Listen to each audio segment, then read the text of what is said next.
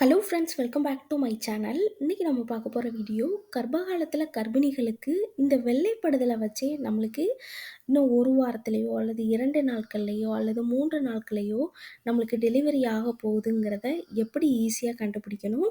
இதை தவிர இந்த சிம்டம்ஸ்லாம் இருந்ததுன்னா கண்டிப்பாக உங்களுக்கு இது பிரசவ வலி தான். பிரசவ வலி வரப்போவதற்கான மிக முக்கியமான அறிகுறியை பற்றி தான் இந்த வீடியோவில் நம்ம பார்க்க போகிறோம்.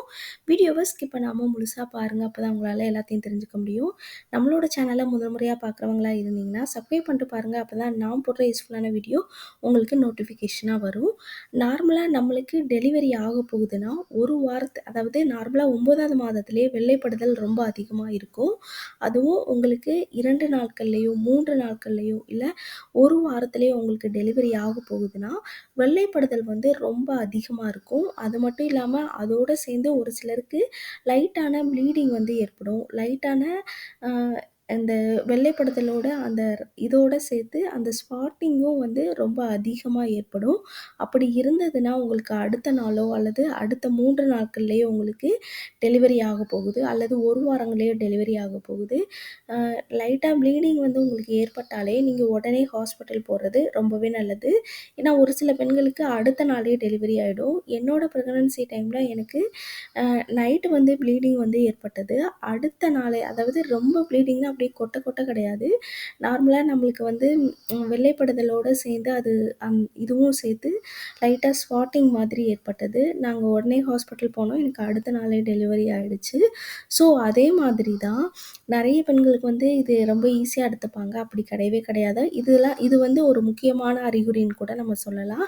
நெக்ஸ்ட் நம்ம பார்த்தோன்னா ஒரு சிலருக்கு இடுப்பு வலி ஏற்படும். இடுப்பு வலி மற்றும் வயிறு வலி. இடுப்பு வலி நம்மளுக்கு நார்மலாக இருக்காது.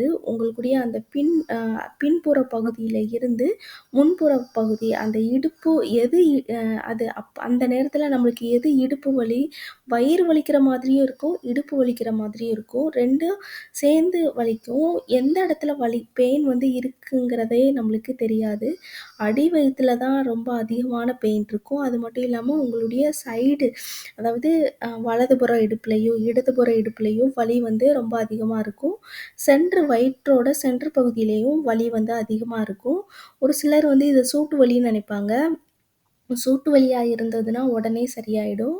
அதுவே உங்களுக்கு பிரசவ வலியாக இருந்ததுன்னா 5 நிமிடத்துக்கு ஒரு தடவை அந்த வலி அதிகமாயிட்டே இருக்கும். நம்ம வெயிட் பண்ண வேண்டாம், உடனே ஹாஸ்பிட்டல் போகிறது ரொம்பவே நல்லது.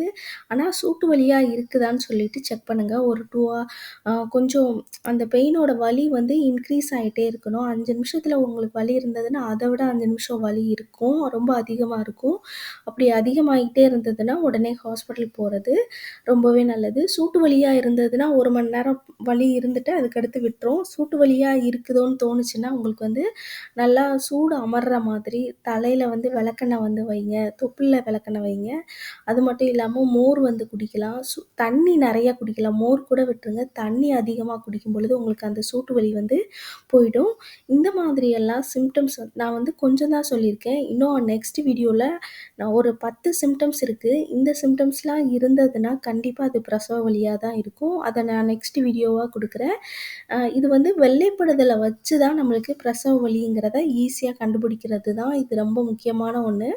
வெள்ளைப்படுதல் அல்லது லைட்டான ப்ளீடிங் இந்த மாதிரி இருந்ததுன்னா அது கண்டிப்பாக பிரசவ வலி தான். பிரசவம் நடக்க போகுதுன்னு தான் அர்த்தம். ஓகே ஃப்ரெண்ட்ஸ், இந்த வீடியோ உங்களுக்கு ரொம்பவே யூஸ்ஃபுல்லாக இருக்கும்னு நினைக்கிறேன். இந்த வீடியோ பிடிச்சிருந்ததுன்னா லைக் பண்ணுங்கள், ஷேர் பண்ணுங்கள், கமெண்ட் பண்ணுங்கள். மறக்காமல் சப்ஸ்கிரைப் பண்ணிவிடுங்க.